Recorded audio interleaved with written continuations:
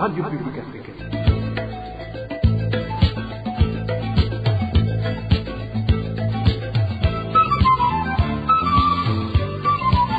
Radio Publique Africaine.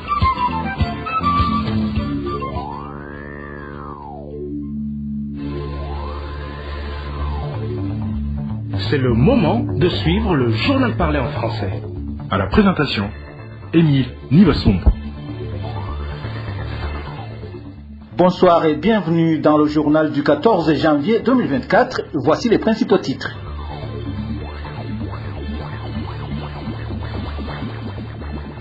Ils doivent être poursuivis en justice, les Imbonerakure qui ont passé à tabac un habitant de la colline Gisovu avant son décès ne devraient pas rester impunis, insiste maître Yves Runyagu que vous allez suivre tout à l'heure. Et le sorgho blanc pourrait être plus rentable que le café et le thé, déclare le ministre en charge de l'agriculture. Les détails à suivre aussi dans ce journal. Au cours de cette édition, nous allons aussi vous faire part des grognes des réfugiés burundais de Nyarugusu qui déplorent la destruction progressive de leurs champs. Tout de suite, le développement des titres.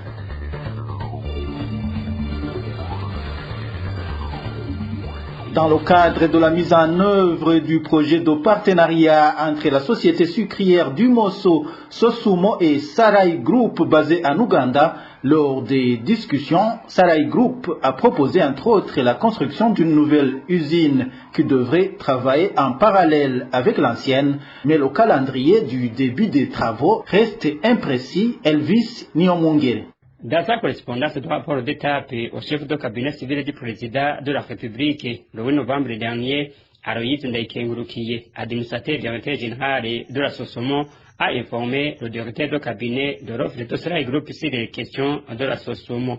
Les responsables de la Sosomo ont voulu savoir si l'offre concerne seulement l'extension de l'usine existante ou l'implantation de la nouvelle usine ou encore les deux à la fois. Sarai Group, à son niveau, indique que son offre consiste à la construction d'une nouvelle usine d'une capacité de 3500 tonnes de sucre par jour avec possibilité d'extension à 7000 tonnes par jour. L'usine, selon la proposition de Sarai Group, sera construite à côté de l'usine existante. Après 30 mois de construction de la nouvelle usine, l'usine existante sera en stand-by. Toutefois, Sarai Group tient à préciser que l'usine existante sera améliorée pour atteindre la capacité optimale. Les inquiétudes de la Sosumo proposent aussi de l'exploitation qui sera réservée à l'usine en stand-by après la construction de la nouvelle usine. Sosumo considère que ce stand-by conduirait à une perte des investissements colossaux engagés pour son amélioration, bien que la mission effectuée en Ouganda par une délégation de la Sosumo en date du 14 au 15 décembre dernier eût été déclarée fructueuse, il n'y a pas de calendrier précis de la mise en application du partenariat. La communauté économique des États de l'Afrique centrale se dit préoccupée par la détérioration des relations diplomatiques entre le Burundi et le Rwanda ayant entraîné la fermeture de toutes les frontières entre ces deux pays. Dans un communiqué sorti avant-hier, la commission de la CEAC appelle les deux parties à privilégier les moyens pacifiques de règlement de différends. Les détails avec Danny Claire, il la trouve. La commission de la communauté économique des États de l'Afrique centrale fit savoir qu'elle est préoccupée par la détérioration des relations diplomatiques entre le Burundi et le Rwanda qui ont entraîné la fermeture de toutes les frontières entre ces deux États. Dans un communiqué sorti ce 12 janvier 2024, cette commission indique qu'elle mettra à contribution tous ses mécaniques habilités pour engager des bons offices auprès du Burundi et du Rwanda en vue de parvenir à l'apaisement de la situation. Cette commission ajoute qu'elle voudrait compter sur ces deux pays unis par la géographie, l'histoire, la démographie et qui participent ensemble à plusieurs initiatives d'intégration régionale. La commission de la CAC exhorte les partenaires bilatéraux et multilatéraux du Burundi et du Rwanda à œuvrer auprès de ces deux États et des acteurs régionaux pour la normalisation des relations entre le Burundi et le Rwanda. Enfin, la commission de la CAC appelle le Burundi et le Rwanda à la retenue, à l'apaisement et privilégier les moyens pacifiques de règlement des différends. Dans un instant, nous parlons justice. RPA. Les Imbonerakure accusés d'être à l'origine de la mort d'un habitant de la colline Gisovu, zone Kienzi, en commune Kanyosha de la province de Bujumbura, devraient être poursuivis par la justice. Réaction de maître Yves Runyagu qui indique qu'il est déplorable qu'une telle situation se produise mais que les organes habilités ne fassent rien. Suivez plutôt maître Yves Runyagu. Ce que je peux dire à propos de ce qui s'est passé à Kanyosha avec le décès de M. Irakoze Rodrigue suite à des coups qui lui auraient été infligés par des jeunes Imbonerakure, c'est que d'abord rien n'est surprenant parce que c'est un comportement qui date de plusieurs années. On dénonce à chaque jour certains des comportements de certains Imbonerakure qui ne sont pas encouragés du tout. Et il y a lieu de déplorer ici encore une fois le comportement affiché parfois par les policiers ou par les organes de justice en général, qui sont souvent informés de ce qui s'est passé mais qui n'agissent pratiquement jamais, alors qu'au niveau de la loi, ces organes devraient se saisir d'office sans que même les familles aient apporté plainte. C'est donc un comportement ou des comportements à condamner, mais aussi c'est une occasion de lancer encore une fois un appel vibrant aux différents organes de l'État pour qu'ils puissent se saisir et agir pour l'intérêt de tout le monde. Que l'on puisse montrer clairement que la loi est toujours au-dessus de tout et de tout le monde, qu'il n'y a personne qui doit être plus considéré que l'autre. Et s'il s'agit d'un jeune Imbonerakure ou d'un jeune dans notre parti politique et qu'il commet une infraction, qu'il soit poursuivi pour ça et éventuellement condamné, parce que c'est le seul moyen de rectifier la ligne, c'est le seul moyen d'orienter le pays vers une voie pacifique et même la voie de développement. Pour rappel, Rodrigue Irakoze, militant du parti CNL, a rendu l'âme avant-hier des suites des coups reçus le 1er janvier dernier de la part des Imbonerakure de la colline Gisovu. L'organisation Ensemble pour le soutien des défenseurs des droits humains en danger, ESDDH, dénonce le comportement inhumain du responsable de la prison centrale de Mimba qui a refusé au septuagénaire Léonidas Nyandwi le droit d'aller se faire soigner. Félicien Irimbere, le chargé de la communication de cette organisation, demande au directeur de la prison centrale de Mimba de laisser Léonidas Nyandwi aller se faire soigner.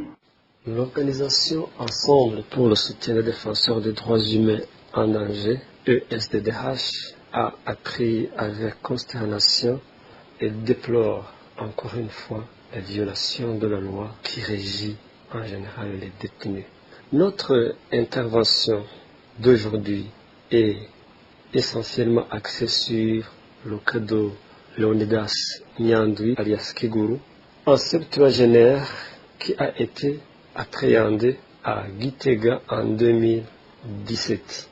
Durant les actes de torture, le commissaire Mozenzi a été extrêmement atroce, ce qui lui a valu la maladie dont il est porteur aujourd'hui. À l'issue de ces actes de torture, il a été conduit à la prison centrale de Gitega et le médecin soignant à l'intérieur de la prison alors a été débordé par les exigences de la maladie, raison pour laquelle il a demandé son transfert vers la prison centrale de Mimba, où il y a des structures sanitaires où il pouvait trouver des médecins spécialisés pour traiter efficacement sa maladie. Arrivé à la prison centrale de Mimba il y a à peu près 1 année et demie, Léonidas Nyandwi n'a pas été référé à l'hôpital militaire de Kamenge ou à l'hôpital Semseka, où le médecin alors avait estimé que les médecins pouvaient venir à bout des exigences de la maladie et le soigner efficacement. Aujourd'hui, l'état de santé de Léonidas Nyandwi se détériore de temps en temps. Il ne peut pas vivre avec les autres. Suite à cette pourriture, même, il ne peut pas approcher les autres. Il pue. Et face à cette situation, malheureusement, les autorités de la maison de détention pénitentiaire gardent silence et ont refusé de le référer à l'un de ces hôpitaux. Pourquoi le directeur de la prison centrale de Mimba alors garde la sourde oreille et fait une violation de la loi de façon délibérée? Et il sait bien que l'article 33 de la loi numéro 1/24 du 14 décembre 2017 portant révision du régime pénitentiaire, l'article 33 en est une matérialisation explicite quant à l'accès aux soins de santé des détenus. Il rappelle même que, sur le rapport du médecin ou du responsable de l'institution médicale de l'établissement pénitentiaire, le détenu malade a le droit d'être transféré auprès d'une institution médicale pour soins spécialisés non disponibles à la prison. Félicien Irimbere demande aussi que ce comportement de certains directeurs de prison soit suivi de près pour le bien des prisonniers. Félicien Irimbere cite d'autres exemples de violations des droits des prisonniers. Nous avons assisté à des cas pareils, surtout au moment où la prison centrale de Mimba était sous la gestion du commissaire Deo Bigirimana, connu sous le nom de Rutwe. Beaucoup de détenus ont été victimes de cas pareils et y ont laissé la vie. Nous l'avons déjà signalé. C'est le cas de Jean-Claude Ndwayezu. C'est le cas aussi de Jacques Mozagara.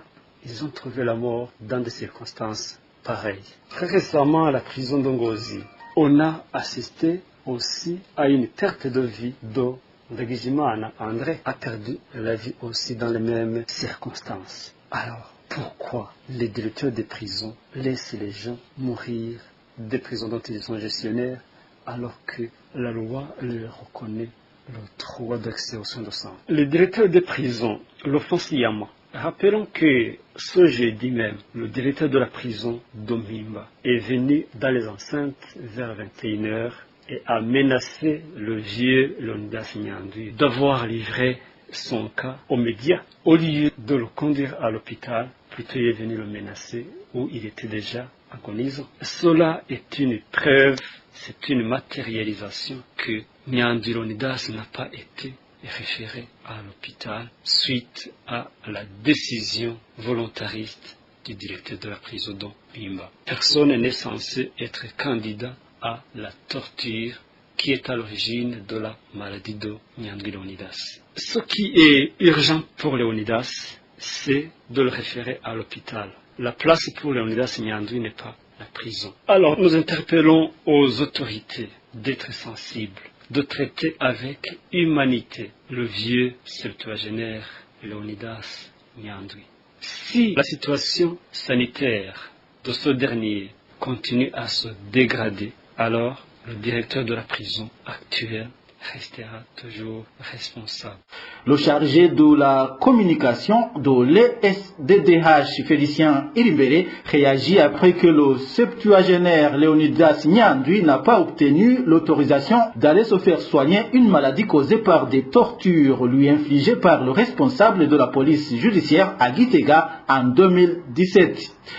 Et la loi ne peut pas être modifiée par un décret présidentiel ou une ordonnance ministérielle, sinon c'est une violation flagrante de la hiérarchie des normes. Propos de Maître Vital Shimirimana, il explique que ce qui est en train d'arriver aux propriétaires des 160 hectares du site Gasenyi-Nyakabondo est tout simplement l'expropriation sans indemnisation. Selon le principe de la hiérarchie des normes, la Constitution de la République du Burundi est la loi fondamentale. Elle est supérieure à toute loi qui s'applique sur l'ensemble du territoire, tout comme toutes les lois sont supérieures aux décrets qui sont pris par le gouvernement, par le chef de l'État, et les décrets sont supérieurs aux ordonnances, lesquelles sont supérieures aux circulaires ou aux autres décisions prises par des administrations en matière d'application des lois ou des ordonnances ministérielles. En ce qui concerne l'expropriation des terres dont des citoyens d'Ogasenyi et Nyakabondo ont été victimes, nous pensons qu'il y a eu violation de la loi, en ce sens que ces terres étaient protégées par le décret-loi de 1992. Ce décret-loi a une valeur légale dès lors que le président de la République d'alors a pris ce décret parce qu'il n'y avait pas de Parlement. Il a agi comme dans le domaine de la loi parce qu'il n'y avait pas de Parlement. Et aujourd'hui, le décret de 2016 ne peut pas remplacer un décret-loi de 1992. Il devrait y avoir une loi qui est votée par le Parlement et qui vient amender ou qui vient modifier le décret-loi de 1992. Maître Vital Nshimirimana rappelle au gouvernement burundais que les propriétaires de ces parcelles devraient avoir perçu leurs indemnisations avant même la construction du palais présidentiel comme prévu par la loi. Il rappelle aussi à ces citoyens lésés qu'ils peuvent saisir la justice. En ce qui concerne l'expropriation pour cause d'utilité publique, on constate qu'il y a une fraude grave, une fraude flagrante. Dès lors que la Constitution de la République du Burundi, tout comme d'autres lois, viennent confirmer le principe que l'expropriation doit être assortie des mesures sérieuses, des mesures protectrices, à savoir une indemnité préalable, équitable, égale au préjudice subi par l'intéressé, laquelle indemnité doit être versée préalablement à l'exécution des travaux d'intérêt public. Ça fait plus de 10 ans que les citoyens d'Ogassé Nyakabondo n'ont jamais été entendus, n'ont jamais reçu une indemnité équitable et que les travaux se sont réalisés en partie sans avoir jamais pensé organiser l'indemnisation de ces citoyens. Ceci est contraire à la loi et ceci doit être revu par le gouvernement actuel, faute de quoi les intéressés pourraient saisir les juridictions compétentes, y compris les juridictions administratives et les juridictions civiles. À commencer par les juridictions administratives parce que nous pensons qu'il s'agit d'attaquer des actes administratifs qui consistent à l'expropriation des citoyens par l'administration. Quand l'administration a agi dans la privation d'une partie ou d'une totalité de la jouissance de la propriété des individus, ceci doit être analysé par la Cour et qui pourrait faire entrer ces citoyens dans leurs droits. Au cas contraire, ces citoyens pourraient saisir d'autres mécanismes internationaux comme la Commission africaine des droits de l'homme et des peuples pour chercher la condamnation de l'État du Burundi en matière de violation des droits à la propriété, tout comme la Cour de justice de l'Afrique de l'Est, qui également est compétente pour analyser l'égalité des décisions prises par les États membres. Ces propriétaires des terres du site Gasenyi Nyakabondo viennent de passer 14 ans à attendre en vain leurs indemnisations. C'est pourquoi ils demandent au président de la République que leurs parcelles soient viabilisées pour qu'ils puissent y bâtir des modèles de maisons que l'État leur imposera. Dans un instant, nous parlons agriculture. Je vous le disais en titre, la culture du sorgho blanc pourrait apporter plus de revenus que le café et le thé chez les agriculteurs. Selon le ministre de l'Agriculture et l'Élevage, l'entreprise Jitmat de l'Indonésie sera d'une importance capitale pour les agriculteurs, tant sur le point pécuniaire que sur le point alimentaire. Emmanuel Nyungeko nous en dit plus. Bientôt, l'introduction de la culture du sorgho blanc au Burundi. L'initiative est de l'entreprise Jitmat de l'Indonésie, mais la culture n'était pas connue par l'ensemble des agriculteurs burundais. Ainsi donc, l'entreprise Jitmat va d'abord collaborer avec les cultivateurs qui, plus tard, en tireront des profits pécuniaires plus que les caféiculteurs et les théiculteurs. Selon Prosper Dodiko, le ministre ayant l'agriculture dans ses attributions, le profit réside non seulement dans les grains de sorgho, mais aussi dans les feuilles et tiges. Les cultivateurs qui vont collaborer bénéficieront des semences et de l'engrais chimique. Ils seront suivis et profiteront d'un système de drainage modernisé. Dans les prévisions, la récolte sera de 4 tonnes par hectare. Pour l'agriculteur, le kilo de grès de sorgho sera acheté à 3000 francs. Quant au kilo de tiges et feuilles, il sera acheté à 1000 francs. Le ministre Prosper Dodiko interpelle alors à la population et surtout les agriculteurs de mieux collaborer et de faciliter Jitmat dans l'élargissement des étendues de travail ainsi que céder des terrains cultivables ou encore pour les infrastructures de l'usine. abanyengozi barabizi n'abimuyinga na cyane cyane abo muri mare ya Nyamuswaga. Ces Ngozi et de Muyinga le savent bien et surtout ceux du marais de Nyamuswaga. Souvenez-vous que vous vous êtes entretenus. Nous comptons alors à organiser très prochainement des réunions à l'intention des propriétaires de terrain à grandes étendues pour les conscientiser de ce projet. Il s'agit donc de la construction d'une usine, de la mise en place d'un système d'irrigation et d'un terrassement avec les tracteurs qu'on pourra se servir plus tard.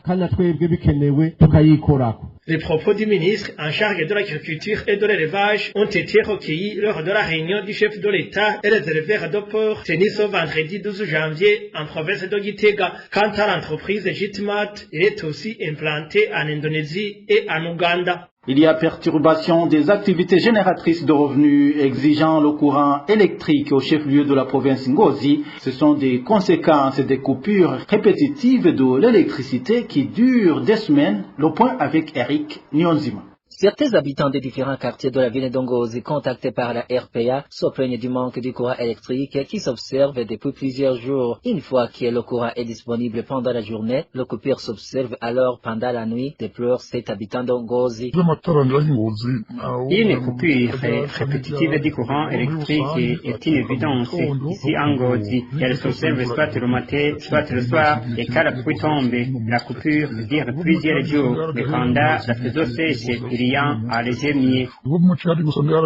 Cet habitant ajoute que ces coupures de courant électrique perturbent leurs activités quotidiennes. Il s'agit notamment de ceux qui utilisent les groupes électrogènes pour faire fonctionner les moulins, les soudeurs et vendeurs d'eau. Ils indiquent qu'ils utilisent beaucoup de moyens en carburant au moment où ce produit est actuellement rare et cher. Ainsi, des familles en subissent des conséquences relatives aux moyens de survivre. Au sein de la régie des eaux au nord du pays, l'on justifie que la ville est devenue assez grande et les occupants sont de plus en plus nombreux. La population dit pourtant qu'il s'agit du matériel technique de la régie des eaux qui ne fonctionne plus. Il nous disent que la ville est devenue grande et que les consommateurs de l'électricité sont devenus nombreux, mais il manque et nous pensons plutôt au matériel de la régie des eaux hors usage. Il demande ainsi à la régie des eaux de régler ce problème le plus vite possible, d'autant plus que la majorité des habitants de cette ville d'Ngozi vit des métiers qui nécessitent de l'électricité. Pour clore cette édition, parlons de ces réfugiés burundais du camp de Nyarugusu en Tanzanie qui s'inquiètent de la persistance et de la destruction de leurs champs sous l'ordre du responsable de ce camp. La situation se présente ainsi alors que le HCR a annoncé qu'il n'a pas les moyens pour subvenir aux besoins des réfugiés burundais de cette région. Ces réfugiés burundais estiment que ce pays poursuit sa stratégie de les contraindre à se rapatrier de force. Plus de détails avec Danny Claire, il la trouve. Ces champs de culture des réfugiés burundais au camp de Nyarugusu sont détruits depuis lundi de cette semaine. Des cultures sont coupées ou encore déracinées. Notre source fait savoir qu'ils sont étonnés de cette coupure systématique de culture, alors qu'on leur avait interdit seulement des plantes en longue tige comme les bananeraies et maïs. Il nous avait seulement interdit d'entretenir des plantes qui poussent très haut, comme les bananiers, maïs, le sorgho, encore le manioc. Mais cette fois-ci, nous sommes très étonnés. Ils arrachent même les patates douces. Est-ce que les patates douces poussent très haut? Les agents de l'ordre Sungsungu ont dit qu'ils ont ici un ordre des responsables qu'ils ne veulent pas voir aucune culture dans le cas, même le haricot. Imagine-toi cette histoire. Avant, ils n'arrachaient pas le haricot et les patates douces. C'est la première fois qu'on voit cela. Je te dis que mes patates douces ont été arrachées. Elles n'étaient pas encore sur le point d'être récoltées. Je les ai plantées dans ce mois de janvier. Ces réfugiés s'insurgent encore une fois de la persistance des persécutions à leur encontre dans ce pays d'asile. L'on sait qu'il s'agit d'une stratégie pour nous contraindre à retourner au pays. Je n'ai pas d'explication, mais c'est pour nous persécuter. Mais pour le moment, ils exagèrent. Ces réfugiés burundais ajoutent que c'est regrettable que leur culture soit détruite au moment où le HCR a très récemment annoncé qu'il n'a pas de moyens pour subvenir aux besoins des réfugiés burundais de la sous-région. Voilà, c'est par ici que nous mettons un point final au journal du 14 janvier 2024. Merci à vous tous qui nous avez suivis. À la présentation, c'est Émile Nibasumba. Au revoir.